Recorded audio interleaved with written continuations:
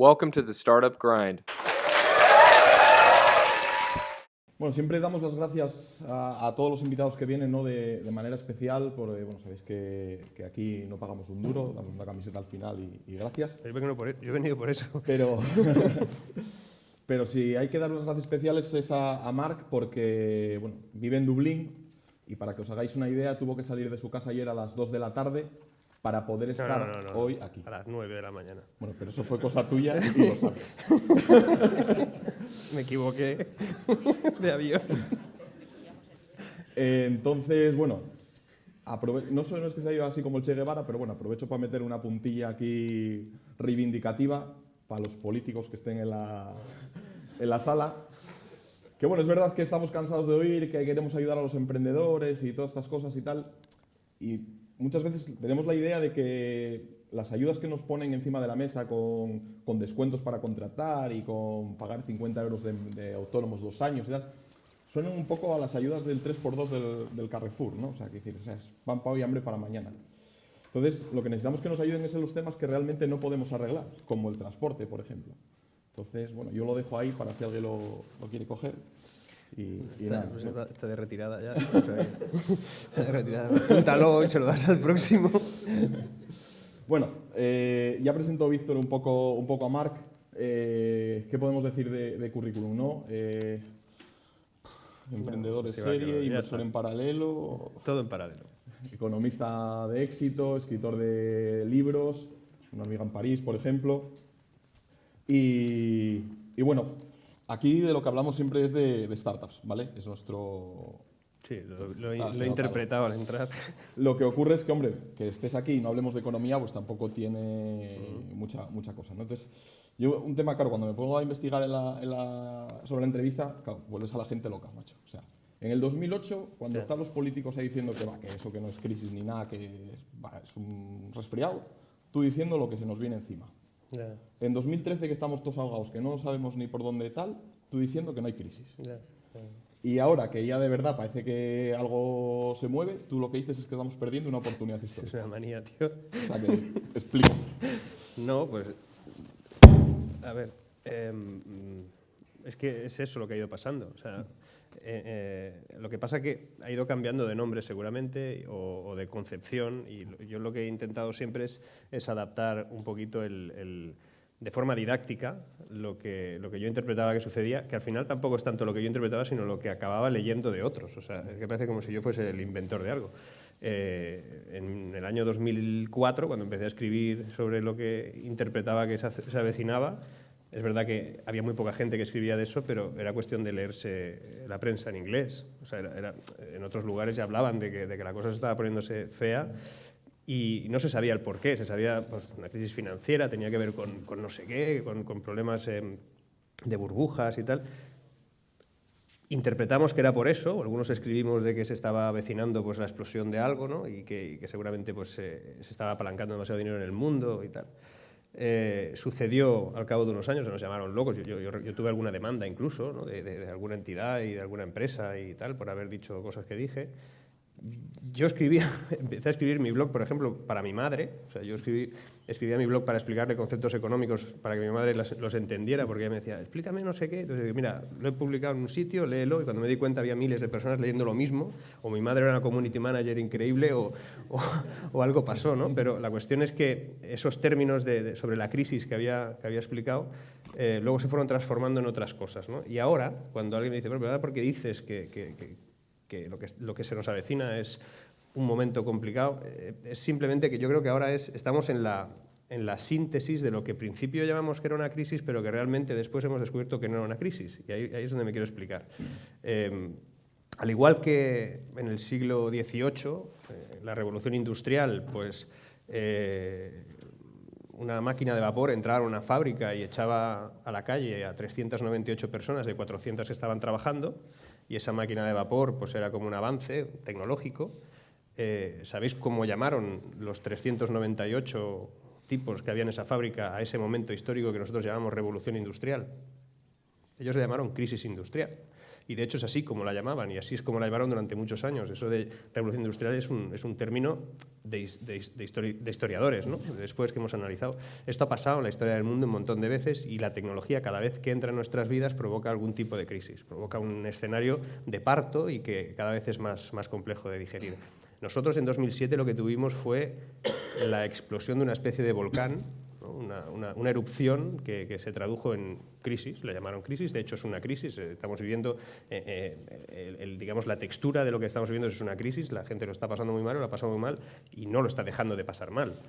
Lo que pasa es que no era solamente una crisis, es decir, eso era la erupción de algo mucho más complicado de entender, que era un cambio absoluto en todos los términos de la vida del ser humano, al igual que en otros momentos de la historia de la civilización, pues hemos vivido revoluciones que tienen que ver con la distribución del trabajo y en otras con la transmisión del conocimiento. Cada tecnología ha aplicado diferentes aspectos de ello. Por primera vez en la historia de la humanidad, una sola tecnología está provocando la revolución en esos dos campos, ¿no? Es decir, nosotros transmitimos el conocimiento de manera distinta ahora, de forma absolutamente inmediata, rápida, tiene que ver con lo digital, a la vez que distribuimos el trabajo de otro modo. Ya no trabajamos igual, ni de mucho menos. Y además todo esto está desarrollado desde un punto de vista de que es para eliminar seres humanos de los puestos de trabajo. Es decir, todo aquello que sea capaz de realizarse más rápido, más eficiente, sin intervención de ningún tipo de ser humano, sucederá tarde o temprano. El problema viene pues, ¿hay un político en la sala? Ya casi no. No, dices, el hecho es que quienes deberían de liderar estos procesos, es decir, quienes deberían de tomar riendas sobre estos procesos que van a ser dolorosos para la sociedad, porque no es fácil adaptarse. En la revolución industrial, las personas que la sufrieron no sabían que en poco tiempo iban a ser capaces de disfrutar de más tiempo libre, iban a tener más usos sociales, iban a tener más cultura. En lugar de trabajar 16 horas, iban a trabajar 8. Es decir, las máquinas no fueron solamente para echarlos a la calle, sino para vivir de otro modo. Nosotros ahora vamos a tener que aprender a vivir de otro modo, porque muchas de las cosas que hacemos no somos necesarios nosotros para hacerlas. Es que no nos necesitan. Cuando hay una guerra ahí en la calle entre Uber y los taxistas, o sea, es que las manifestaciones del futuro van a ser los conductores de Uber junto a los taxistas, porque en febrero del año que viene en Londres empiezan las pruebas de los primeros taxis sin ningún ser humano. O sea, está autorizado por el Ayuntamiento británico, por el Ayuntamiento de Londres. Eso es algo dentro de nada, de pocos meses. A medida que vayamos viendo que eso es factible y las normativas se vayan implementando y vayan aceptando la realidad y que es mucho mejor hacerlo así que de otro modo, eso irá sucediendo. Amazon tenía muchísimos problemas para adquirir la posibilidad de poder utilizar la mensajería con los drones automatizados. Dice, bueno, necesitaremos a alguien que los conduzca. No, van solos. No hace falta un ser humano que conduzca ningún dron y llevará, transportará y efectuará las entregas en los puntos indicados, y algo también no humano lo recogerá y lo llevará hasta la puerta de tu casa. Eso va a pasar, y va a pasar en muy poco tiempo. Y alguien tiene que liderar ese proceso, enseñarnos a gestionarlo, y por desgracia no está ni en el ámbito privado ni en el ámbito público. Entonces, os he vuelto locos durante algunos años, es posible. Se dije que había una cosa, luego venía otra y tal. Pero al fin y al cabo todo eso es diferentes términos de un mismo proceso histórico que dentro de 40 años, cuando se observe en la lejanía, le llamarán revolución sociotecnológica o algo por el estilo, pero será la tercera o cuarta, o no sé cuál será, revolución industrial que vivió la sociedad, ¿no? Y se observará desde el mismo punto de vista. Lo pasaron muy mal, pero luego vivieron mejor. Pero tenemos que aprender a que suceda todo eso. Y eso es lo que explico. O sea, se he vuelto locos otra vez. Bueno, sí. Bueno, apuntar a las preguntas de economía, que yo vuelvo al mundo de las startups, ¿vale? Bueno, a cualquiera que está montando una startup, los conceptos de aceleradoras, de venture capital, etcétera, los conoce y además les interesa porque en muchos casos están buscando financiación, ¿no? Y pueden ser dos modelos bastante interesantes. Tú colaboras con algunos, como Sitpa Capital o Idodi Venture. Por poner un ejemplo y para que se vea, con un ejemplo real, porque al final muchas veces empieza a hablar de concepto de aceleradora y no queda claro. Podemos hablar, por ejemplo, de Sitpa Capital. Vosotros invertís, por ejemplo, hasta 50.000 euros más o menos, ¿no? Soy socio. Sitka es un fondo que se dedica a poner capital en seed capital, ¿no? O sea, es casi. y invierte hasta 25.000 euros, no lidera ninguna ronda de seed capital y lo que intenta es dar ese apoyo a startups que les cuesta mucho encontrar esa primera parte de financiación, ¿no? Ese es un fondo que digamos que utiliza ese proceso inicial, la apuesta es muy arriesgada, con lo cual no puedes apostar mucho porque realmente el grupo de personas que han puesto parte de dinero en ese fondo para que tú hagas esto, el comité que decide dónde se invierte, arriesga mucho, es muy complicado apostar en ideas. Muchas veces son prácticamente ideas, es algo muy inicial. El segundo fondo, y en este sí que ya digamos es más mío, ¿no? Entre comillas, es IDODI Venture Capital. Este sería un fondo que invierte en el segundo relevo. Es decir, imaginaros una carrera de relevos, antes de empezar la carrera invertiría Sitka, alguien invertiría en la primera vuelta, nosotros invertimos en el que coge el segundo relevo, ¿no? Ese momento crucial, a partir de 50, 100.000, 150.000, 200.000 euros, depende del momento y tal. Ahí sí que intentamos, tal vez no tanto liderar, pero sí ser parte decisoria del grupo de inversión. Y ese fondo está destinado exclusivamente para empresas, startups españolas y alguna irlandesa, que tengan como propósito vender al mercado anglosajón, fundamentalmente, al mercado en estos momentos capaz de adquirir clientes, customers en un sitio tan potente como Estados Unidos y que decidan hacerlo desde el altavoz que supone lo que nosotros llamamos el Silicon Valley europeo, que es Dublín, donde nosotros vivimos, trabajamos y donde tenemos las relaciones. Hemos descubierto durante mucho tiempo que muchas de las empresas que se llevan los americanos con grandes inversiones, ¿no? Con grandes fondos que vienen a buscar empresas europeas, se quedan en Dublín, o sea, van a Dublín porque allí está el ecosistema natural de relaciones de ellos. Algunas llegan hasta Londres, pero invierten en otro tipo de empresa. Algunas van a Alemania, pero no sucede directamente ni cada mes.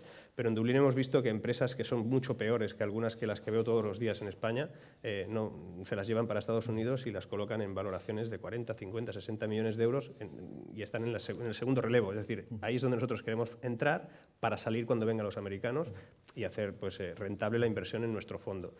Eso es lo que hacemos, buscar empresas en España que sean mejores que esas que estoy viendo todos los días en Irlanda, llevarlas allí o ayudarles a que desde allí puedan hacer un altavoz de su proyecto. No hace falta que se instalen, pero que utilicen nuestra infraestructura para hacerlo y les invertimos de forma importante. Bueno, volviendo a la parte de Sitka. Y eso no son aceleradoras. Entonces, la aceleradora, también fundamos una hace ya un año y medio, 2, por ahí andará, que es Conector, junto a Carlos Blanco, Risto Mejide, Marros, Verdaguer, Oliver. Digo los 6 o 7 nombres porque si no siempre me olvido a alguien y no me dijiste tal. Bueno, pues todos ellos son brillantes y son mis amigos. Y esa aceleradora partía desde tal vez nosotros identificamos que muchas aceleradoras que hay en España hablan del mentoring como parte fundamental, y el mentoring es eso, que te ponen a alguien muy experto en tu board y participa pero detectábamos que el mentoring de verdad requería de un término que se está poniendo de moda, que es el matching, ¿no? Que es el cómo la empresa acelerada realmente encuentra a los mentores que realmente necesita, ¿no? Y se trabajó mucho en encontrar un grupo de mentores que sean lo mejor de lo mejor en lo suyo y que estén dispuestos realmente a mentorizar durante 6 meses a empresas que precisen de esos 6 meses clave, que están en ese punto de que ya empiezan a tener un producto que ya es viable, que ya está en condiciones de poderse poner en el mercado, que de hecho algunos están ya en el mercado, pero que hay que darles un acelerón, ¿no? En este caso el término va perfecto. En esos 6 meses a muchas de ellas se les ha cambiado de arriba abajo lo que tenían en concepción y se les ha convertido, hace poco B-Wing, ¿no? Que conseguía ya una ronda de financiación desde nuestra aceleradora de 700.000 euros, Compite, que está ya en Las Vegas intentando encontrar clientes americanos. Realmente la aceleración desde el punto de vista de la nuestra, ¿no? nos está siendo exitosa. El 90% de las que pasan por nuestra aceleradora logran por lo menos la financiación de esa primera ronda A, ¿no? Que le llamamos. Bueno, Conector está en Barcelona. ¿Es necesario que una startup esté en Barcelona físicamente? No. Estamos en la cuarta, creo que es la cuarta general, o sea, lo que llamamos cuarta aceleración, en la que han entrado otras 8 o 10 aceleradoras. Tenemos una para mobile exclusivamente en Barcelona, hay otra en Madrid para gaming. y todas ellas poseen, digamos, como una vertiente que se llama la aceleración virtual, es decir, permitimos que aquellas que no estén instaladas en Barcelona puedan estar aceleradas desde su lugar de origen o donde estén en esos momentos. Sí que tienen que ir a Barcelona pues una vez al mes o algo así, pero bueno, todo eso se intenta hacer de que no les cueste o que no les sea doloroso durante ese proceso, y además hay bastantes, de hecho, la valoración del conjunto de cosas que se les ofrece ronda las 30 a 40.000 euros, aportado en diferentes cosas, ¿no? O sea, en este caso incluso pues que no les cueste venir nada. ¿Y qué tiene que aportar la startup para ser una candidata ideal para estar en Connector? Cada vez más, o sea, cada vez realmente la cantidad de startups que vienen y la calidad que aportan, igual que a los fondos, pues aumenta, y de hecho, pues hombre, que el producto sea algo que realmente tenga una capacidad de tracción, fundamentalmente cuando hablamos de empresas que pueden gestionar a través de métricas. Cuando es un proyecto de más largo plazo, pues que tengan un proyecto realmente atractivo en los ámbitos de las nuevas tecnologías, que luego pues supongo que miraremos cuáles son las que están ahora más en línea, pero al fin y al cabo pues que sea un proyecto gestionado por personas que se puedan identificar de que están apasionadas por su proyecto, porque ideas, lo que se dice ideas, o sea, ideas hay muchas, y cada vez que he tenido una idea brillante, o pensaba yo tener una idea brillante, 2 meses después, 1 año después, 3 años después, descubría que hacía 5 que había otro que lo estaba haciendo en otra parte del mundo, y mi idea tan espectacular. Entonces, en ideas invertimos poco, lo que invertimos es en equipos. Comentabas antes que Dublín, que lo llaman el Silicon Valley europeo. Es verdad que en la prensa continuamente estamos que si el Silicon Valley español, que si el Silicon Valley europeo, que si el Silicon Valley de Sotrondio. O sea, ¿De Sotrondio hay uno? Bueno, no lo hay, pero seguro que alguien se lo inventará. El caso es que realmente es un modelo que bueno, cuesta creer que podamos repetir aquí en Europa, ¿no? Quizás en España aún más me cuesta verlo, pero sí que hay ejemplos más cercanos, como puede ser Dublín, que hablaremos después, o Israel, que es uno de los que a mí me gustaría destacar. Israel, en 2012, para que os hagáis una idea, un país de menos de 8 millones de habitantes, tenía unas 4.000 startups que generaron un negocio de unos 5.500 millones de euros.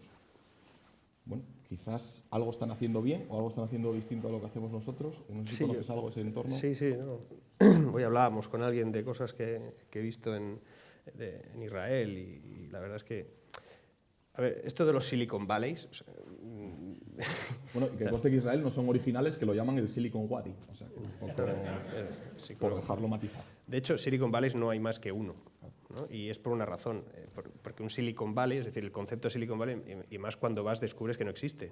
O sea, cuando dices, ¿dónde está el Silicon Valley? Y dicen, no sé, es un espacio el tamaño de Cataluña. O sea, no es un lugar que sea focalizable. Y dirán, no, es que están todas las empresas juntas en un polígono, ¿no? Eso sería un polígono, no sería el Silicon Valley. Silicon Valley es un concepto que tiene que ver con la inversión privada, es decir, la apuesta que hizo gente, que algunos habían montado empresas antes o otros no, es decir, una apuesta desde el sector privado. O sea, aquí cuando siempre requerimos inversión del sector público, en este caso la inversión vino desde el sector privado, arriesgaron mucho, muchísima gente, y aportaron mucho.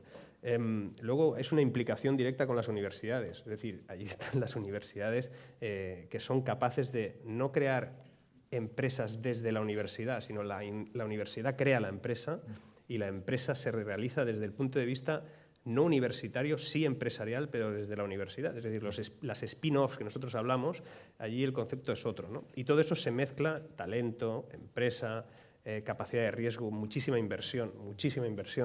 El ecosistema de conocimiento al final se ha ido multiplicando, y hay un valor que no tiene prácticamente ningún otro Silicon Valley del mundo, que es la capacidad de asumir riesgos. Es decir, no, vamos a montar un Silicon Valley en Sotondrio, o como se llame. El problema es que lo primero que te van a decir es que no te invertirán en muchas cosas porque eso no tiene viabilidad, o eso es muy arriesgado, o te la vas a dar. Pues ya está, eso no es Silicon Valley. Silicon Valley es el oeste americano, ¿eh? O sea, cuando ves las películas de la conquista americana, o sea, es que ha sido allí donde ha sucedido todo eso. Ha sucedido allí porque hay un valor del riesgo, la condonación del fracaso, el sentido que se le da al aprendizaje que tiene todo eso, pues es parte de esa historia. Solo se habla de las grandes compañías que en Silicon Valley han triunfado, pero es que el número de las que se le han dado es enorme. Entonces, Silicon Valley es un concepto mucho más complejo que aparentemente que estén muchas empresas juntas y muy buenas y muy tecnológicas y vamos a montarlas todas por allí, y pues bueno, más o menos, bueno, eso le podemos llamar pues un parque tecnológico potente, ¿no? Pero un Silicon Valley no es. ¿Por qué Dublín se parece más o por qué la zona de Dublín? Porque Dublín tampoco sería exacto, porque en Galway, en el norte, en Donegal, en el sur, en Cork, donde está Apple, por ejemplo, ¿por qué le llaman el Silicon Valley europeo? También se lo llaman a Berlín, en otros lugares, pero ¿por qué este es más que otro? Es precisamente porque inicialmente, por un tema puramente de impuestos, hubo un llamamiento de grandes compañías que se fueron para allá, esas compañías se instalaron allí porque pagaban mucho menos impuestos que en otros, mucho menos impuestos de sociedades, ¿eh? O sea, vivir allí es caro, ¿eh? O sea, lo adelanto por si alguno está pensando, vivir para allá, vivir es caro. Pero la verdad es que las empresas tecnológicas tuvieron muchas ayudas en un momento determinado. Irlanda lo propuso en su momento, Europa no le dijo nada, no se pueden decir tacos porque están grabando, pero las pasaron putas. O sea, realmente el país lo pasó muy mal porque tuvo muchísimos problemas para soportar una caída de ingresos vía impuestos. Y ahora que representa que todo eso lo han superado y que pues ahora se lo quieren quitar, ¿no? Y dices, ustedes ahora tienen que poner los impuestos como los demás. La cuestión es que ahora ya da igual y está analizado que realmente si subieran los impuestos no se iba a ir casi nadie. ¿Por qué? Porque las universidades irlandesas, el Trinity College, el Dublin Institute of Technology, todos los que están allí se han vinculado a las empresas, a las grandes compañías que hay en lo que le llaman el Silicon Docks, que es la zona donde está Google. Allí la concentración de talento que se ha reunido, porque primero fueron por un tema impositivo, pero luego se fueron quedando, es que Google tiene a 14.000 tipos trabajando allí, de todo el mundo. No es un headquarter cualquiera, es que es un lugar donde trabajan, ¿no? Hay 2 edificios enormes allí. Apple tiene 4.000 tíos trabajando en Cork. Cisco está en Galway y tiene a miles de personas. O sea, no han montado un lugar simplemente para dejar de pagar impuestos, es que tienen a las personas trabajando allí, el talento está allí, la capacidad de interacción entre todos ellos es así. Amazon hace su selección de personal en Dublín y yo he asistido a cómo examinan, o sea, tipos que en España son absolutamente brillantes, han suspendido las pruebas de Amazon y a veces te lo cuentan y dices, joder, tío, suspendí porque borré 2 veces, no sé qué. O sea, el nivel de exigencia de estas grandes empresas ha creado un ecosistema de conocimiento enorme que no ha hecho más que sumar. Entonces, ¿dónde han obtenido ese talento? En muchos casos en las propias universidades irlandesas, ¿no? Que no son las que salen en las primeras listas de nada, pero funcionan, son capaces de gestionar eso. Y luego hay una intervención pública, desde la administración pública irlandesa, que se ha creído esto. Es decir, ha dejado de lado otras cosas, pero se ha creído que tienen una oportunidad histórica. Y en Irlanda la traslación de que hay 2 Irlandas es cierta. Está la Irlanda tecnológica, la Irlanda que tiene que ver con esto, y luego hay otra Irlanda mucho más rural, mucho más difícil de convivir con ella, que es menos cosmopolita, pero que al final es básicamente eso, ¿no? Ha convertido un lugar que hace pues, 15, 20 años no era para nada lo que ahora es, y ahora es un lugar agradable para vivir tecnología, para vivir el cambio tecnológico, ¿no? Con sus riesgos todavía y algunos defectos que se pueden comentar, ¿no? Israel es otro escenario interesante. Allí es lo que hay, es una apuesta directa de la administración del país para potenciar un modelo de empresa que es una startup, es decir, empresas que tienen un recorrido muy complicado, donde hay un riesgo absoluto desde el inicio y donde la tecnología es la base de ella misma, ¿no? Entonces, la apuesta por empresas que necesitaban 8 años de recorrido, es decir, ¿ustedes conocen alguna empresa en España que alguna administración pública haya decidido apostar por ella cuando se le ha presentado delante y le ha dicho, hola, tengo un proyecto que hasta dentro de 8 años no será rentable? No hay ninguna. Pero es que, ¿conocen ustedes algún fondo de inversión en España al que se le presente a una empresa de 4 jóvenes que digan, mira, tengo un proyecto de robótica que dentro de 8 años va a revolucionar el mundo, pero hasta dentro de 8 años no voy a poder hacer ni una sola factura? Tampoco nadie va a invertir en ellos. Entonces, eso, o sea, en Israel pasa, invierten y arriesgan y les ayudan a salir de ahí. Entonces han florecido porque entre unas y otras al final han ido creando cosas increíbles. Te vas a Israel, te montas una ruta y ves cosas que dices, oye, yo no sabía que esto existía. Yo no sabía que esto existía. Dices, bueno, es que aún no lo hemos presentado. Esto lo presentaremos dentro de 4 años. Hostia, ¿dentro de 4 años vas a presentar esta cosa? Sí, porque es que hasta dentro de 4 años no va a haber mercado para esto. Entonces, ¿cómo se soporta un escenario así? Bueno, pues eso es un Silicon Valley, lo más parecido. Es decir, un lugar donde se aceptan los riesgos, los retos, el tránsito es en el desierto, ¿no? El que cuesta de encontrar dónde están las cosas. Esa es la diferencia ahora mismo entre los países que están conquistando el futuro y los que nos podemos quedar un poco anclados en muchas ideas y poca ejecución. Bueno, Yéndonos un poco hacia tus proyectos, por poner también así ejemplos, hace poco, bueno, no ha llegado un mes que pusisteis Radical VIP en marcha, un pequeño e-commerce ahí. Bueno, sí. ¿Qué tal? Más que comentarlo, es que leí en tu blog una cosa que me resultó muy interesante y de hecho la voy a leer textual y decías, como inversor poco puedo decir en estos temas sino limitarme a aprender de los que más saben.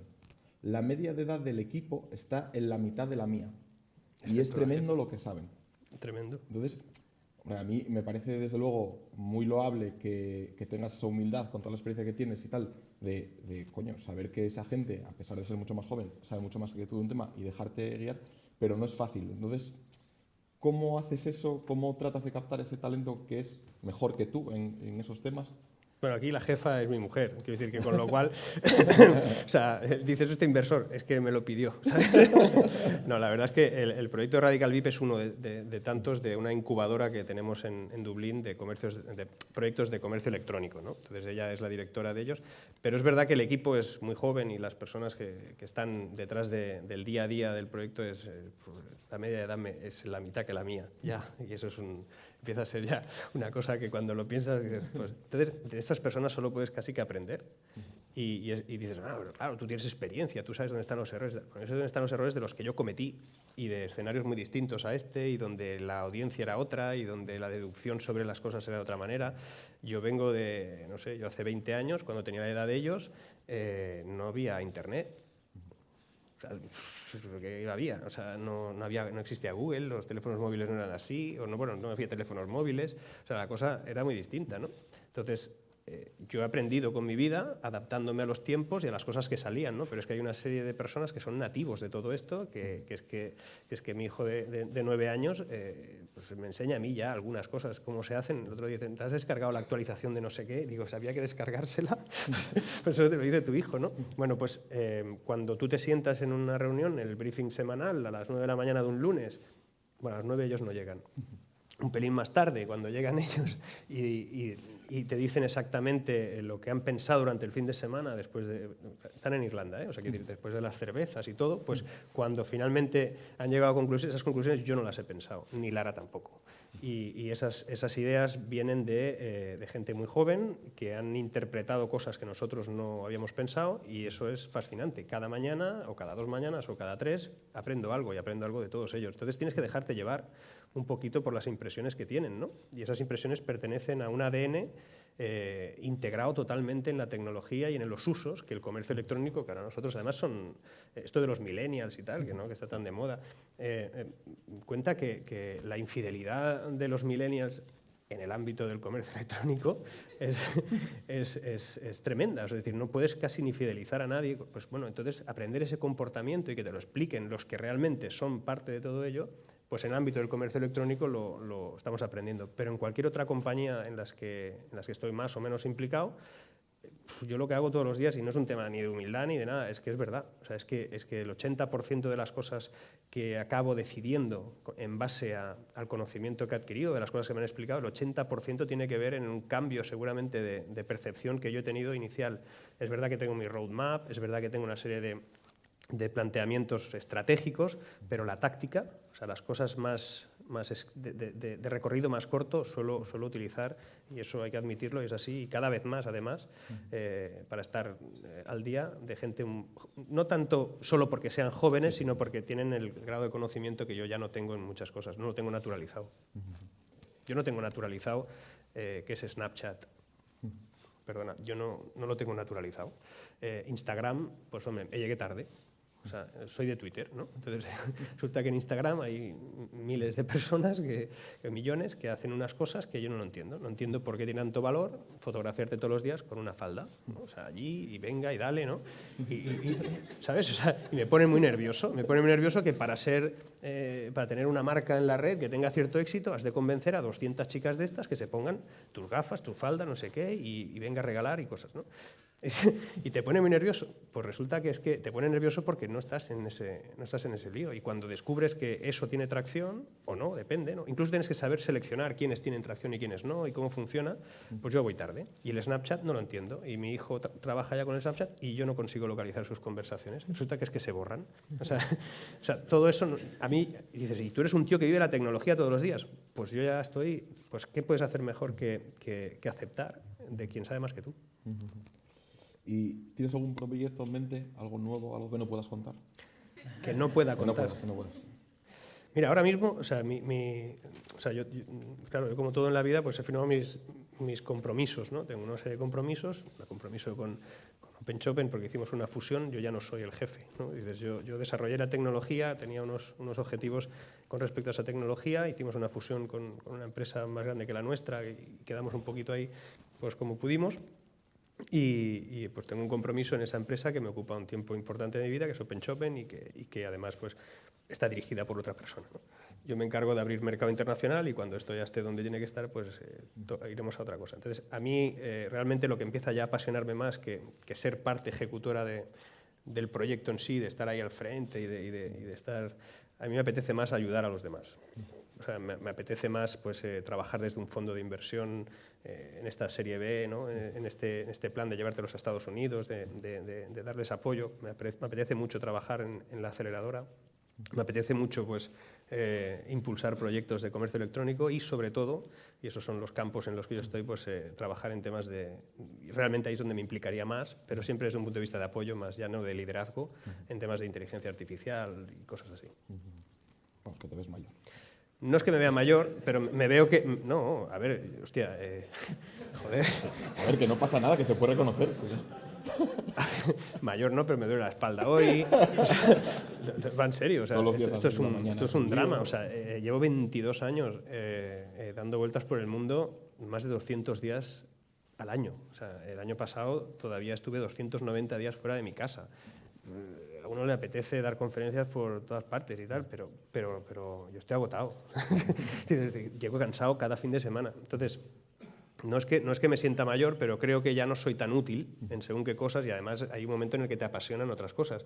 Y a mí me apasionará más, me paso mejor rato cuando estoy junto a gente que está llevando su proyecto en marcha y que ven que yo soy algo interesante para ellos, que no llevando un proyecto en el que yo ya, pues, ya no estoy tanto por mis proyectos, sino por los proyectos de los demás, te lo digo, ¿verdad? Por eso el fondo es un canal con el que puedes trabajar. Una cosa que no he dicho, por ejemplo, del fondo de Venture Capital es que nuestra intención es ser parte de las empresas que participamos. Es decir, no queremos solamente poner el dinero y esperar, sino ayudarles a que ese dinero que ponemos tenga un sentido de internacionalización. Intento viajar menos, o sea, con lo cual los proyectos tienen que ser de ese tipo. Bueno, ahora tenemos una sección aquí que es la de consejos sobre tu experiencia. Se la hacemos a todo el mundo, es un poco el cuestionario. Esto es como la radio, tenemos ahora... Entonces, es la de 3 recomendaciones que te hubiera gustado que te hicieran antes de montar tu primera empresa. Venga, 2. Es que a mí con que me hubiesen dicho solo, o sea, es muy jodido. O sea, claro, es que, a ver, escuchamos el discurso este habitual de qué bonito es emprender, o que persigue tus sueños, follow your dreams. O sea, esto va a ser la leche. Vive tu vida y tal. Hostia, que no, tío. O sea, que que lo pasas muy mal y que hay ratos muy malos. Y es que a veces lo he escrito por ahí. O sea, es un drama el domingo por la tarde ahí en el despacho, mirando por el cristal, todas las familias paseando con su sueldo final de mes, súper bien, y ahora al cine la pareja esta y 2 besitos y tú allí. Y se hace de noche un domingo y acaban los programas de deportes. Y dices, ya es muy tarde. Cuando se acaba el programa de deportes un domingo es que es muy tarde y tú sigues allí. Y empiezan los programas esos de hablar por hablar y cosas, ya no sé si se hacen, pero bueno, esos que acaban a las 3 de la mañana y tú sigues ahí. Y resulta que no tienes clientes o los pocos clientes que tienes no te pagan. Eso es emprender, ¿eh? O sea, no, emprender no es Zuckerberg. Eso no es emprender, eso es un estar que le ha ido, bueno, y es otro recorrido, otra división. Emprender es pasar las putas. Entonces, si a mí me lo hubiesen dicho, hubiese esperado un poco. Porque las pasé mal, me arruiné 2 veces. En este país, cuando te arruinas, te disparan entre ceja y ceja los bancos, la administración, la Hacienda, tus padres, los amigos que te dijeron que no lo hicieras, tu novia te deja, porque claro, ya se acabó el tema de ir a lo grande por los sitios. O sea, no todas, pero bueno, si no me hubiesen...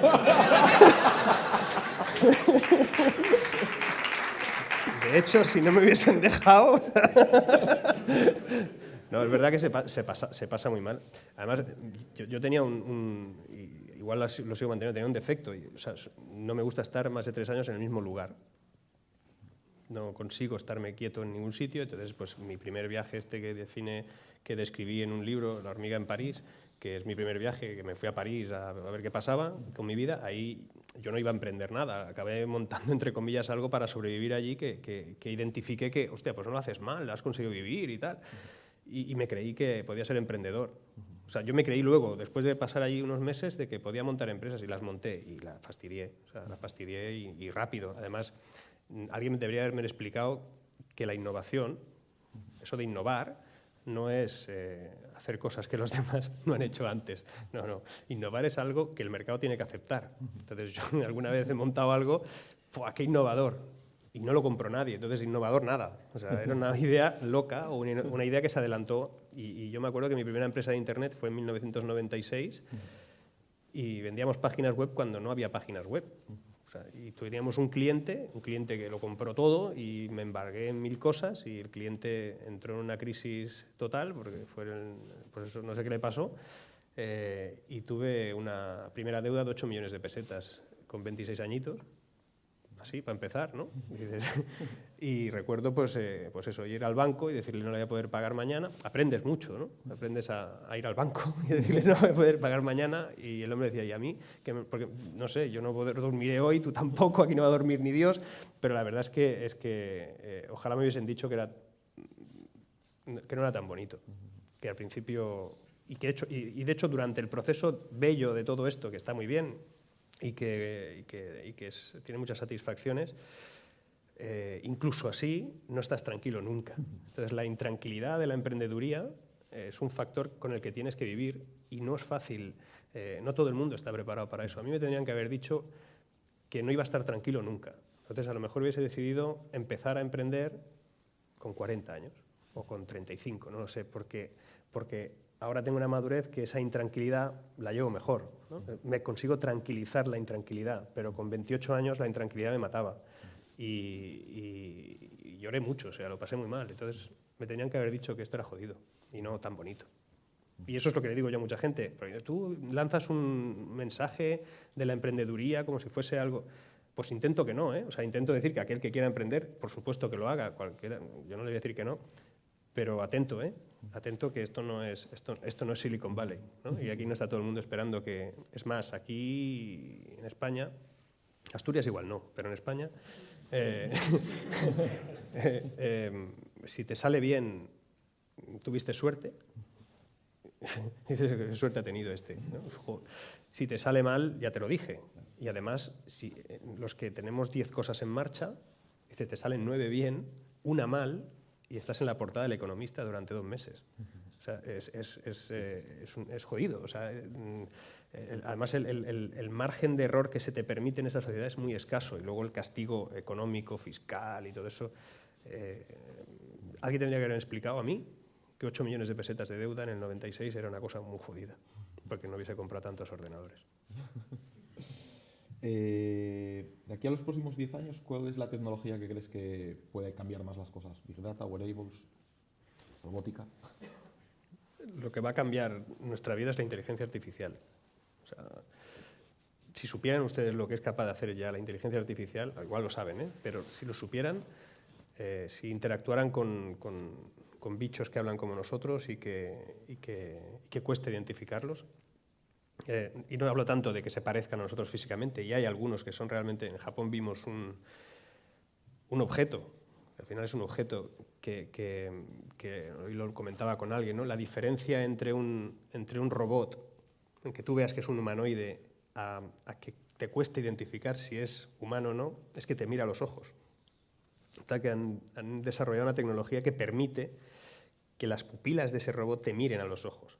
te sigue la mirada. Entonces la sensación de que estás con alguien vivo es tremenda, ¿no? Bueno, eso sería robótica aplicada, pero la capacidad que tiene pues, Watson, un robot o un software que consiguió engañar ya a un jurado de Oxford que identificaba cada año quién había detrás de un ordenador. Había uno que no era un humano y los otros sí. Pues hace apenas unos meses Watson, este software desarrollado por IBM y unos desarrolladores polacos, simulando ser un niño, engañó al jurado. Y dices, bueno, ¿dónde está la particularidad? Es que el programa no había tenido ninguna incorporación nueva en los últimos años. Es que el programa fue aprendiendo de sus errores anteriores cada año y descubrió que la única manera que tenía para engañar al jurado era hacerse pasar por un niño. O sea, llegó a convertirse en un niño, fingirlo y ganar el concurso. Es decir, no fue un concurso, fue que consiguió engañar a un jurado que no supo saber, al final se equivocó. El ordenador está aquí, no, hola, soy yo, ¿no? Es decir, es una persona normal, el ordenador es ese.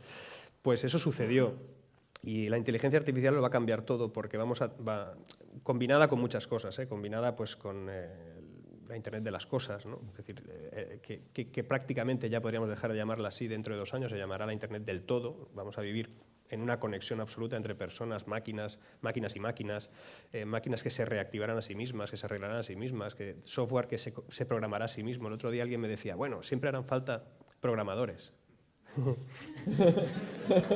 Programadores que programen a las máquinas. Y digo, bueno, pues eso ya técnicamente no es así. Ya hay software que se softwarean ellos mismos y máquinas que se arreglan ellos mismos. Lo que decía antes, ¿no? Las manifestaciones de los conductores de Uber y taxistas las veremos porque al final los coches van a ir solos, porque de hecho es así. La inversión fundamental que se está realizando es en automatizarlo todo. El mundo va a automatizarse. Entonces, las grandes inversiones o los proyectos que van a cambiar el planeta durante un tiempo y puedan ser interesantes de estar, pues tienen que ver con la automatización del planeta Tierra, tiene que ver con la conectividad de las personas con las máquinas y las máquinas con las máquinas, tiene que ver con la gestión de datos, menos de lo que parecía, porque tengo la sensación de que no se puede gestionar tantos datos y empieza a haber algún discurso oficial de algún experto que dice que hay demasiado dato realmente para trabajarlo, o sea que al final eso tampoco es tan así, pero sí que es cierto que funcionará todo mucho más automático, más rápido y precisaremos muchas menos cosas de las que ahora, desde el punto de vista humano, de las que usamos. Entonces, esos son los campos. A mí solo me interesa la inteligencia artificial, la Internet de las cosas, simulación de escenarios, ¿no? en el sentido de que muchas de las cosas que hacemos ahora las vamos a decidir hacer combinadas con esas cosas que no están, ¿no? Cuando veía incluso hablaban de realidad aumentada, o sea, yo me imagino eso más, y lo hablábamos fuera también, ¿no? Me imagino las pistas de esquí, ¿no? que ellos simulan, en cómo interactúo a tiempo real con unas gafas y tal, ¿no? Eso incluso con menos gafa de lo que podríamos imaginarnos, ¿eh? O sea, las cosas, yo me imagino un mundo más automático y ahí es donde está la inversión en la que me gustaría estar. ¿Qué cualidades debe tener un emprendedor o un equipo para resultar interesante a un inversor? ¿Qué es lo que más buscáis? Espíritu de sacrificio.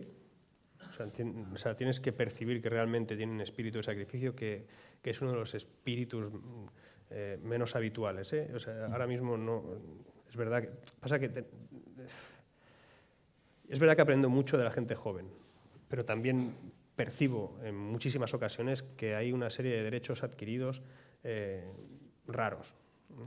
Sí, o sea, creemos que son derechos fundamentales, aspectos que simplemente son conquistas por la comodidad de nuestro momento. O sea, la verdad es, y esto supongo que suena ya a mayor.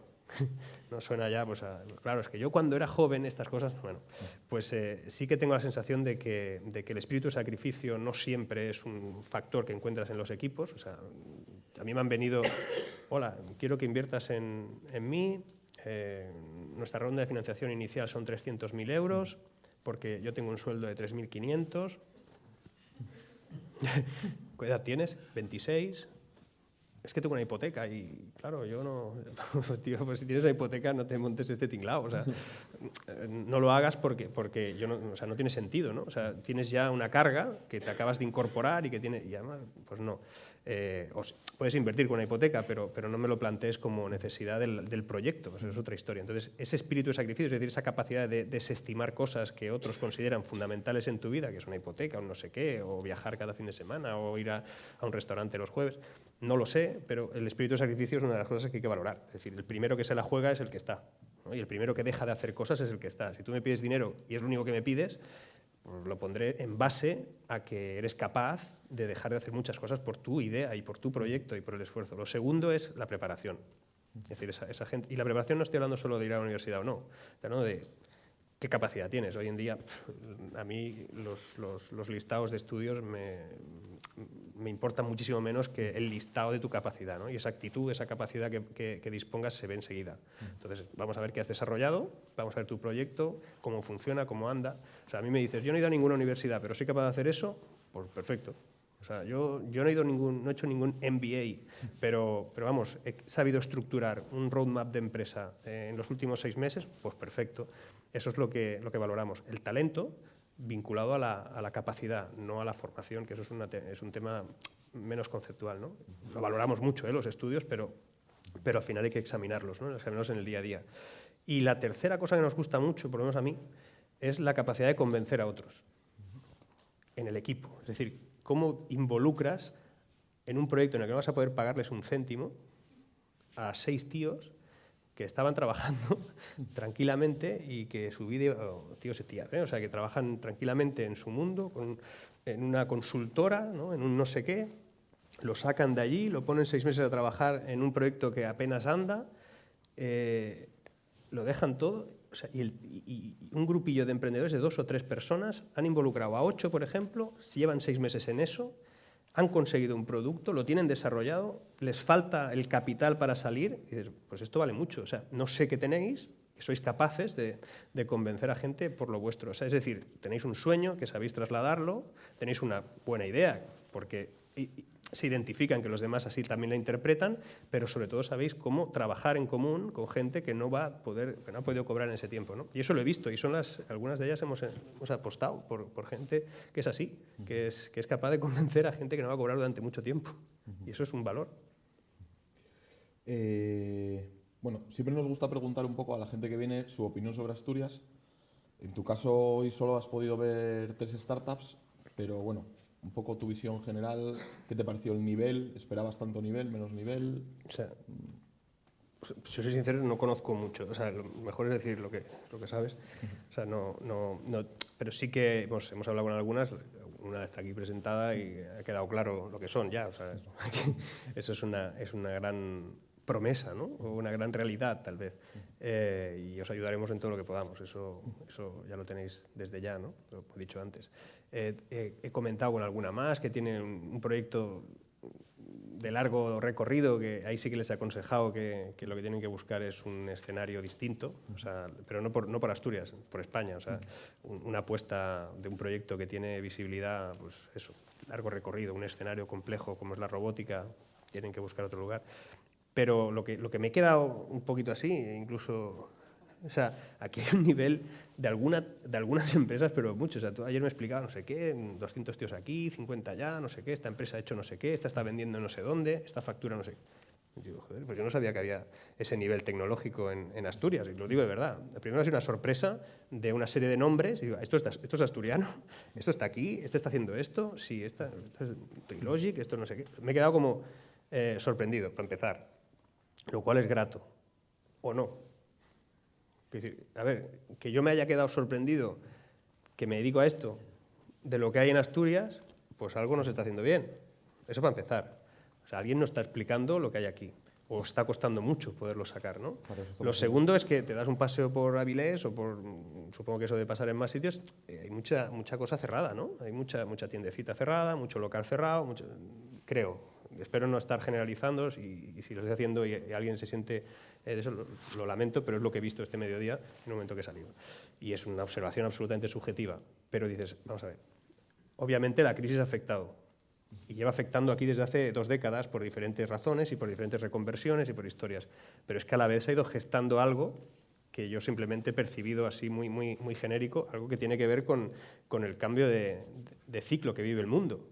Y perdonad, Igual que pasó en Israel, igual que pasó en una zona pequeña de Irlanda, igual que está pasando alrededor de Rotterdam, que están cambiando la industria por la tecnología, al igual que pasaba la parte oeste de Berlín, igual que está pasando en la zona norte de Italia, igual que va a pasar en muchos más lugares. ¿Por qué no puede pasar en Asturias? La verdad es que la sorpresa de encontrarte que hay empresas tecnológicas potentes y que no las conoce otra gente, pues algo tenéis que hacer algo, pero urgente, porque además os pasará el tren. O sea, esto de la historia va y cada vez va más rápido, te pasa el tren y se acabó. Entonces, yo creo que tenéis pasajeros para subirse a ese tren seguro, ¿no? Y están en el andén. Y la primera sensación es sorpresa, y eso es malo, a mi modo de ver. Es malo es malo que yo me sorprenda cuando me dedico a esto. A lo mejor es que no he estado focalizado, pero yo sabía que venía aquí. O sea, ya miré, ¿sabes? Y o sea, en 2 días me lleva otra impresión mucho más favorable de la sensación que yo podía tener. Y entonces eso como conclusión a mí me hace pensar de que no se está vendiendo adecuadamente el talento que hay aquí. Pero no solo el talento, o sea, la realidad. La capacidad. O sea, lo que ya está. O sea, si no es un tema de lo que puede haber, ¿no? Es que montamos... hoy estábamos en la curtidora, ¿no? Y me han presentado 2 o 3 empresas y dices, joder, tengo 26.000 no sé qué, digo, pero ¿tú dónde estás? O sea, ¿y de dónde sales? ¿No? Resulta que estaba aquí, lleva no sé cuánto tiempo. Esas sorpresas no son normales que se las lleve alguien que se dedica a buscar startups todos los días. O sea, ¿cuántas startups asturianas, te digo yo, ¿cuántas startups asturianas, me pregunto a mí mismo, te han llegado, Marc, para que invertáis desde Sitka o desde Idodi o que entren en la conectora, en Conector? Os digo el número, supongo que 0, no han llegado. Entonces, coño, tenéis, ahí sí que es un tema de administración, pero también es un tema vuestro. O sea, no dejéis que pase nada. Ir a por todas. O sea, yo creo que tenéis los pasajeros para subiros al tren. Lo siento. No, te lo agradezco porque... No, pero hombre, pobrecillo. O sea, a ver, vosotros sois de los que estáis trabajando para que eso cambie, ¿no? O sea, te lo agradezco que lo digas tú porque básicamente es lo que pensamos los que estamos organizando esto. Entonces, vale, como cuando lo decimos nosotros, pues no cuela. Pues, sí.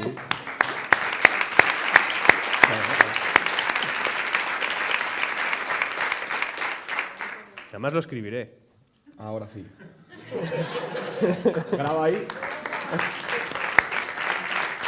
Yo casi nunca escribo previo evento. O sea, lo que y no lo hago siempre, suelo escribir algo durante los siguientes días sobre un evento. O sea, no es que hable del evento, sino que en ese evento pasó algo, entonces explicaré, y más o menos por ahí irá mi sorpresa de que hay lugares, y entre ellos Asturias, donde están pasando cosas y no nos enteramos.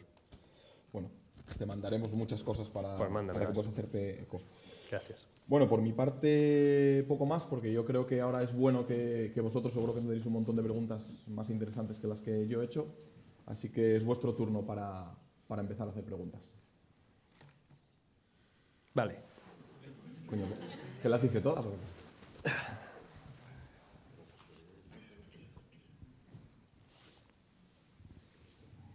Hola.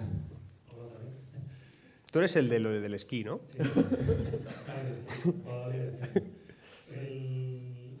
Quería preguntarte sobre lo primero que has comentado del tema de la comparación, digamos, de lo que está pasando ahora con lo que pasó en la revolución industrial. Es que yo, vamos, he seguido y he visto bastantes charlas que hablaban de este tema y tal, te sonará seguramente algún ENTEC o alguna historia de estas, pero la cosa es que la comparativa que hacen entre una cosa y otra es que antes la gente pasó del campo a las ciudades, a las fábricas, y ahora está yéndose a la calle, básicamente, ¿no? Porque realmente por todo ese proceso que se automatiza, que si tal, si en teoría la gente no se necesita tanta gente trabajando, pero esa gente no se va a su casa a vivir a hacer más horas, ¿no? Entonces no fue así. Sí, es que no fue así. O sea, no digo que haya sido así en la revolución industrial, pero en la revolución industrial sí aparecieron fábricas que hacían cosas y la gente reconvirtiéndose se colocaba en esas fábricas a trabajar. Sí, pero no fue en 2 meses. No, claro. Es que, o sea, nosotros tenemos una concepción de los momentos de la historia como son, ¿no? Y creemos que la revolución industrial sucedió en 10 minutos, y no fue así. O sea, desde el momento en el que entraba una máquina de vapor, evidentemente la gente se fue de los campos a las ciudades porque al final los hubs de relación humana se producen igual que ahora. O sea, el nivel es otro, pero esto sucede y los flujos humanos pues van a las zonas donde hay riqueza, entre comillas, y por eso vienen personas de subsaharianos vienen a Europa y esto va a pasar siempre, los ciclos emigratorios, todo eso sucederá siempre. Pero cuando entraba en una fábrica textil que había 1000 personas trabajando a mano, entraba una máquina de vapor que era capaz de tejer sin ni una sola persona y necesitábamos 100 para controlar cómo había el tejido, o sea, esas 900 se iban de allí a la calle, no había ningún nuevo puesto de trabajo para ellos.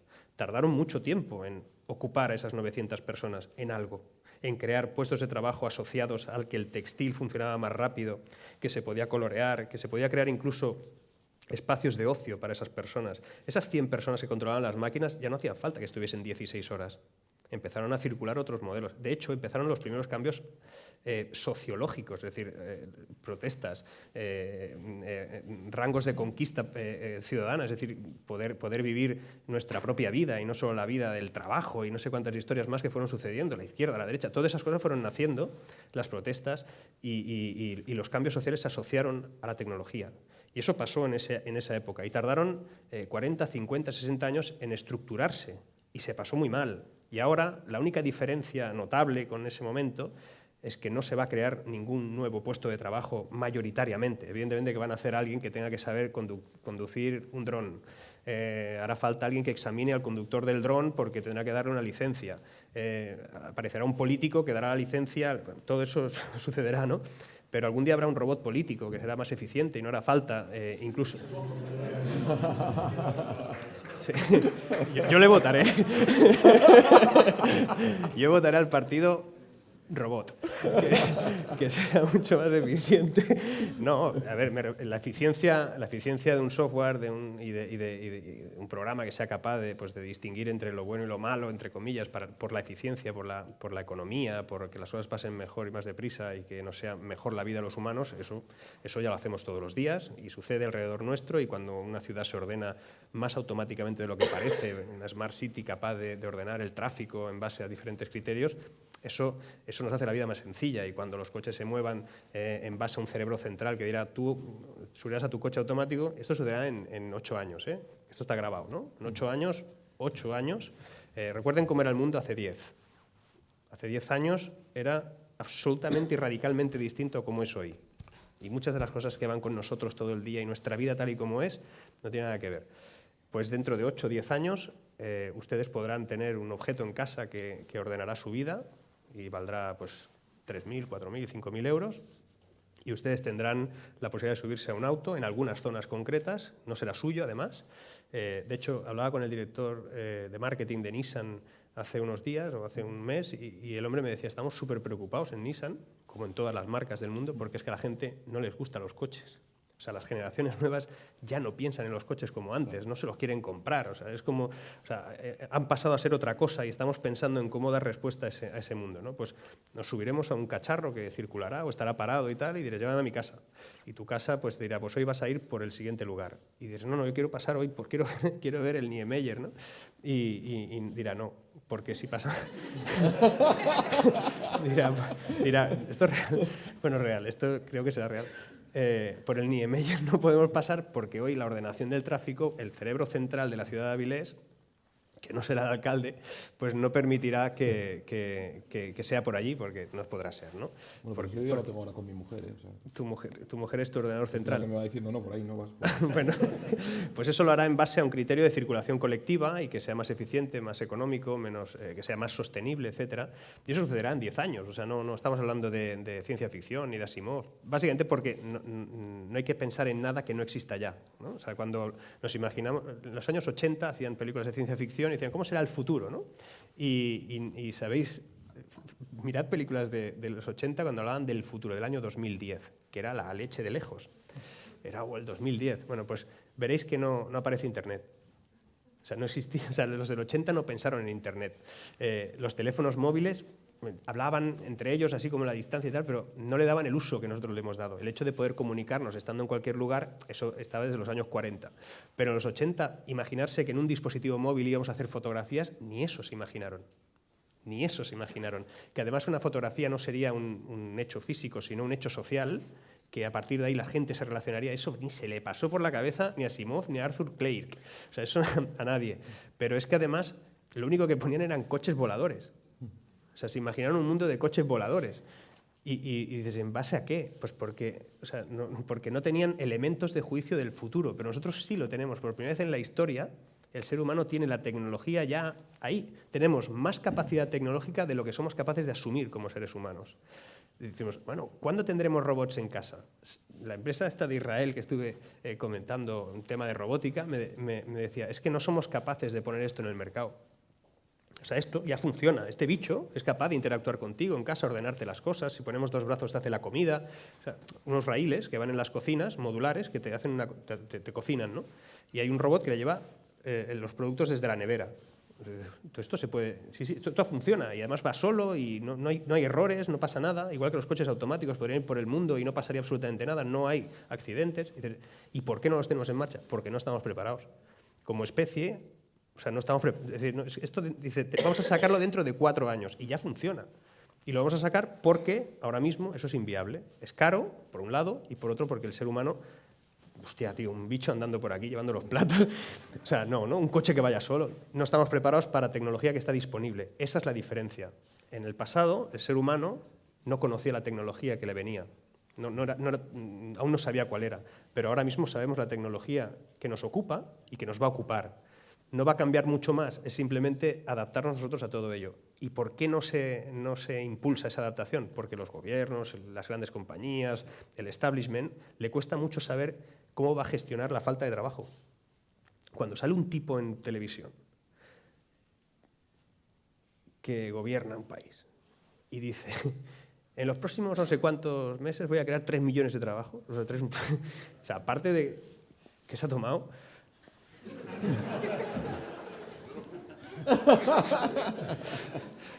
No, lo digo, o sea, no se pueden crear 3 millones de puestos de trabajo ni aquí ni en ningún sitio cuando la tónica y cuando la lógica de la economía en estos momentos es la de destrucción del trabajo, desde el punto de vista de que muchos de los puestos de trabajo que dices que vas a crear son puestos de trabajo que desarrollará un software, o que desarrollará un brazo armado, o que desarrollará... O sea, ¿ustedes han visto cómo es el almacén que está replicando en todos sus almacenes Amazon?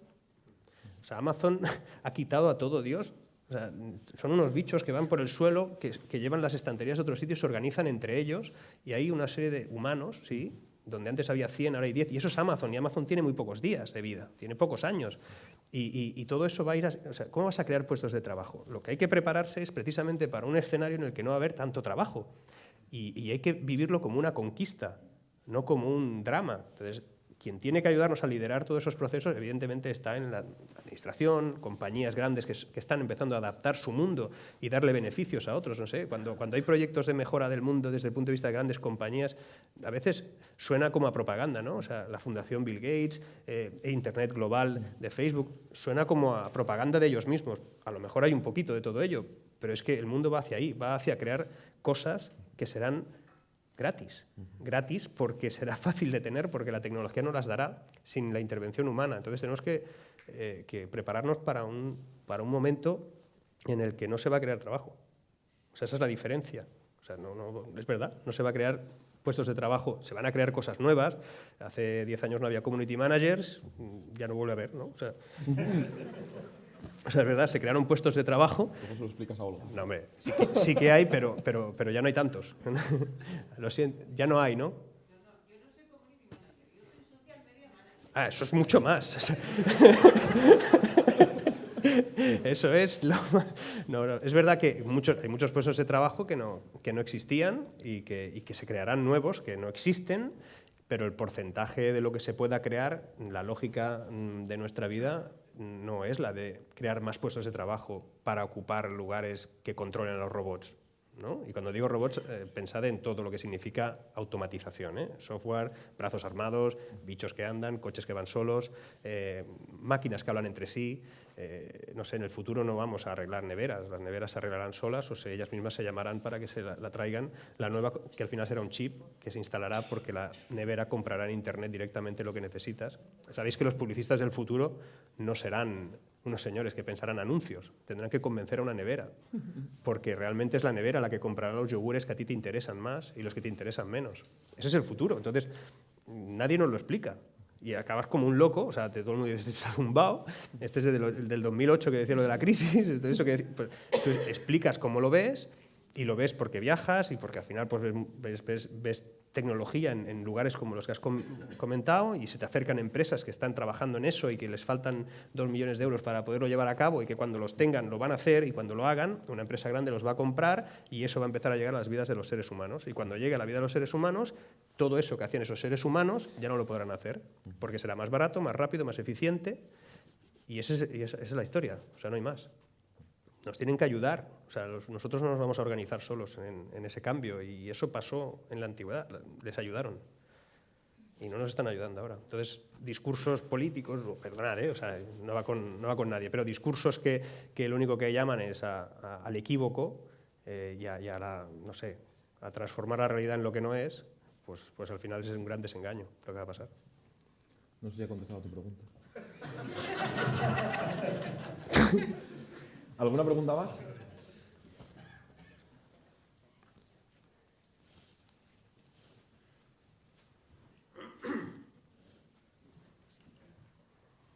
Yo no sé hablar poco. Bueno, Si Hola, sé Marc. más corto, yo no sé hacerlo eso. yo tengo una pregunta, una duda y espero La pregunta va a ser un poco larga, pero la respuesta a lo mejor es algo más corta. Igual no Yo lo también logro. tengo tendencia a hablar mucho. Dice, igual no lo logro. ¿eh? Bueno, no lo sé. Lo voy a intentar. Has hablado de nativos digitales y yo vengo de una generación en la que ya se nos llamaba nativos digitales. Sí, tengo canas, ya lo sé. A nosotros nos compraban, por ejemplo, un Spectrum y Ah, nos tú eres de los ponían- Spectrum. Yo soy de los Claro, tú Spectrum. eres Soy como más yo, o menos como tú. del 70. Sí. No, del 69. Yo soy del año más divertido que el tuyo. Y tan divertido. Bien. Entonces, yo el primer recuerdo que tengo fue de eso, un TX81, un Spectrum, luego ya pasabas a tener algo un poco más grande. En Amstrad. Y lo máximo, sí, bueno, era por no Commodore. mencionar más marcas. Lo máximo que conseguías hacer o que la gente entendiera de a tu alrededor, salvo honrosas excepciones, era que tus trabajos del colegio los entregabas impresos en una impresora matricial. WordPress. No, WordPerfect. WordPerfect, sí, Azul. efectivamente. O un GEM o todo lo más. Que a los ya. jóvenes cuando escuchan esto, Bien. ¿sabes? O sea, A partir de ahí resulta que Dice, ya te consideraban un bicho raro porque tú usabas un ordenador en vez de un bolígrafo. Hoy en día, a los niños, que yo veo que se los considera un poco nativos digitales, los padres, para que sus hijos sean nativos digitales, les compran un móvil, una consola, una PlayStation y ya. Ya con eso el niño es nativo digital. ¿No sería más fácil, a lo mejor, aprovechando que has hablado antes de Watson, hay un proyecto para desarrollar, no, ya está desarrollado, un juguete con un dinosaurio para enseñar a los niños a interactuar con dispositivos de inteligencia artificial?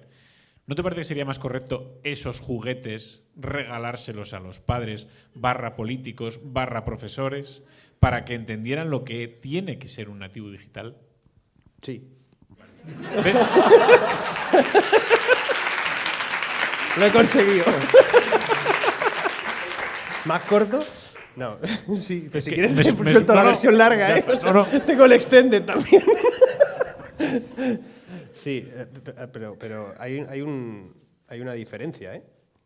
O sea, y tiene que ver con cómo educamos a... O sea, tú y yo no somos nativos digitales. Y los críos de hoy en día son nativos digitales que cuando van a la escuela, generalmente, la clase de informática es una cosa de aurora boreal. No sé lo que es, pero cuando me cuentan lo que es...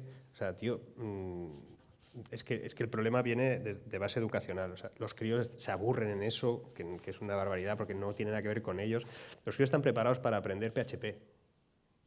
Es decir, cuando digo PHP me refiero a que los críos pueden empezar a aprender un lenguaje que tiene que ver con la programación, con unas reservas determinadas, pero que tiene que ver con cómo se comunican hoy en día las cosas y cómo se comunican hoy en día las personas con esas cosas.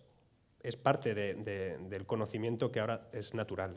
Nosotros eso no lo tuvimos. Les protegíamos aquellos casetes para poder grabarlos cuando venían turbo, el de Carlón, ¿sabes aquel? Pues es que con ese me forré. Conseguí desproteger un cassette de nada y lo vendí en el cole una barbaridad de veces y me pillaron. Fue mi primer gran delito. Esto ya prescrito, se ha prescrito Bárcenas, o uno de estos, o Rato, no sé qué era prescrito, esto no veas. Yo, cuando hablamos de políticos, se entiende que hablamos de todos menos los rabilés. Todos menos este señor. Lo digo porque queremos volver. Sí, no. No, pero hay sitios donde realmente hay una implicación de la política. A ver si te ayudo. Porque... Grabe este trozo, a ver, alúmbreme. Para ponerlo en el blog luego. Bueno, una última pregunta antes de que pasemos a otros temas. ¿Qué temas más? Ahí. Vale. Hola. Hemos hablado antes un poco del futuro de la economía y un poco de la inteligencia artificial. ¿Hacia dónde nos va a llevar? ¿Cuál va a ser el papel humano en ese nuevo entorno? ¿Es algo que nos debe dar miedo? ¿Es algo que debe preocuparnos? ¿O es algo que podamos redirigir a una dirección más constructiva de lo que ahora mismo tenemos? Lo siento. Creo que la respuesta es sí. No. Voy a ser muy breve. Miedo le da siempre a la especie humana, como en términos genéricos, le da todo aquello que desconoce. O sea, aquello que le cuesta entender hacia dónde va y tal. Entonces, la inteligencia artificial, si le da miedo a Elon Musk, si le da miedo a Bill Gates, si le da miedo a gente que está... O sea, si les da miedo a ellos, es decir, no nos va a dar miedo a nosotros. El problema es que a mí eso, entre el miedo y la pasión, lo mezclo. Entonces, los grandes teóricos de la ciencia del futuro, que ya no llamamos ciencia ficción, porque como he dicho antes ya no es tan ficción, sino que son cosas que están sucediendo y son mucho más reales de lo que parece, hablan de posthumanidad. O sea, un escenario en el que si nosotros no estuviéramos, la inteligencia artificial sería capaz de vivir. Eso es un término conceptual, filosófico y tal, ¿no? Pero sí que es cierto que nos tendremos que adaptar y acabaremos viviendo con una inteligencia que no es la nuestra, que no es la humana y que se basa en otros patrones y que tiene que ver con la capacidad de no cometer errores, y si los cometes voluntariamente. Vamos a vivir con gente que es mucho más lista que nosotros. Y bueno, a mí miedo no me da. A mí lo que interpreto es que como seres humanos y como especie seremos capaces, como hemos sido siempre, de utilizar todo ello para mejorar nuestra vida. El mundo es mucho mejor que hace 10 minutos, pero muchísimo mejor que hace 10 años. El mundo es muchísimo mejor que hace 4 siglos. O sea, ¿ustedes saben cómo era el mundo hace 10 o hace 20? O sea, el mundo siempre ha sido mejor que antes, siempre, porque la especie humana lo ha ido estableciendo así. Tiene caídas y subidas, pero su término genérica es la de la mejora. Vivimos más años, vivimos mejor, hemos hecho conquistas sociales, conquistas personales, todo eso va a mejor. Y tener un desarrollo tecnológico que piensa mejor que nosotros solo nos puede llevar a un mundo mejor. Me van a poner verde cuando lo escribo. Realmente, desde que escribo estas cosas, tengo más gente que me pone verde que antes, ¿no? Porque dices, oh, un mundo sin... Pero yo confío en que la tecnología nos haga más humanos, que la inteligencia artificial nos haga pensar mejor. Al final es un apoyo más, es una herramienta. No será tanto un sustituto, será una herramienta que nosotros usaremos para vivir mejor, más tiempo, con mayor calidad de vida. Seremos más nosotros. ¿O nos mataremos mejor? ¿Cómo? ¿O nos mataremos mejor? No creo. Yo, ¿sabes una cosa? Y con esto acabo, ¿eh? Cuando hablaba que los coches se ordenen solos y que un cerebro central nos lleve por todas partes y tal, y permita que no haya accidentes, resulta que la tecnología nos protegerá. O sea, nosotros estamos creando un mundo en el que tecnológicamente vamos a estar más protegidos.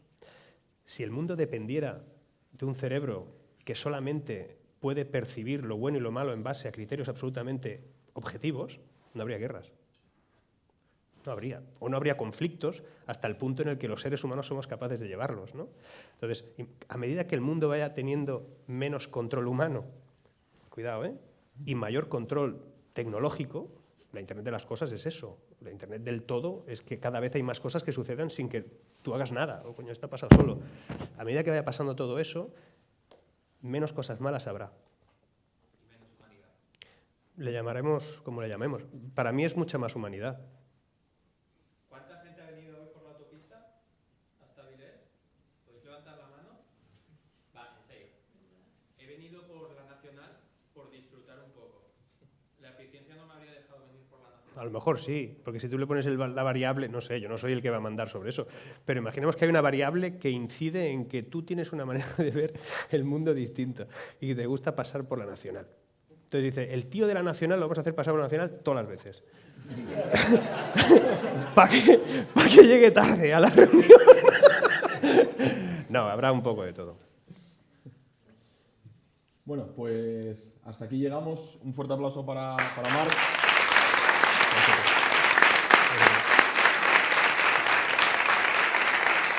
A comer. Ahora, pero no te vas. Ahora llega primero firmar en la camiseta ¿Tengo oficial. que firmar? Sí, primero firmar. Sin dedicatoria ni cosas, que yo me alargo también en eso. Sujétala bien que la camiseta, que si no... Sí, ahí. Clavado. Ahí, te quiero ver. Un regalito. Es mi camiseta. No la abro, es mi camiseta. Claro. A ver, hay que abrirla, ¿Hay que abrirla? Joder. Es que soy muy ordenado y cuando rompo esto... Soy...